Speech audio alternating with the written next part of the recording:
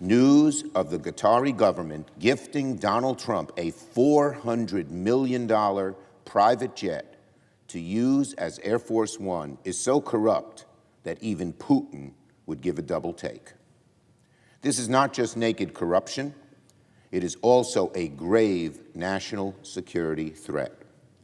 So in light of the deeply troubling news of a possible Qatari-funded Air Force One and the reports that the Attorney General personally signed off on this clearly unethical deal, I am announcing a hold on all DOJ political nominees until we get more answers. Here are some questions that must be answered. First, I call on the DOJ's Foreign Agent Registration Act Unit, or the FARA unit, to do its job and disclose all activities by Qatari foreign agents inside the U.S. that could benefit President Trump or the Trump Organization. Since Attorney General Bondi took charge, the Department of Justice has not been doing its job when it comes to FARA. The FARA unit needs to enforce the law and inform the public of all activities, not just on this luxury plane deal, but all deals involving foreign countries in the Middle East and President Trump, his family, and the Trump Organization.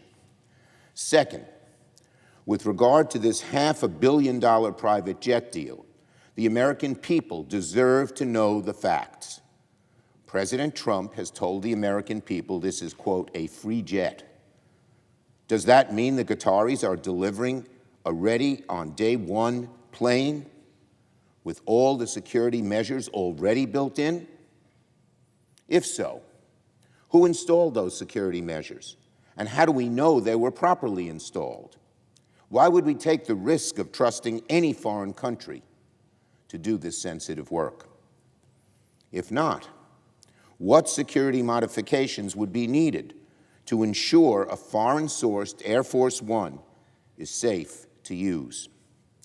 If this is, as President Trump promised, a free jet, will the Qataris pay for those highly sensitive installations, or will American taxpayers cover the cost? How much will those modifications cost American taxpayers? Hundreds of billions of dollars? Hundreds of millions of dollars? Billions of dollars? How much will they cost? If the American taxpayers are forced to pay for this temporary plane, does it mean the U.S. government will cancel the contract for the future Boeing plane? If so, how much will that cancellation cost?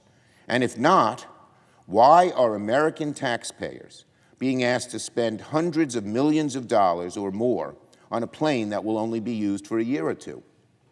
Additionally, who in the Trump administration was responsible for this crooked deal? What are the parameters of this deal? And which country brought it up first, us or them? What is Qatar being offered in return? Considering past security disasters, such as the U.S. Embassy in Moscow, what are the security risks of this arrangement? And finally, how is this gift not naked corruption? The Attorney General must testify before both the House and Senate to explain why gifting Donald Trump a private jet does not violate the emoluments clause, which requires congressional approval, or any ethics law.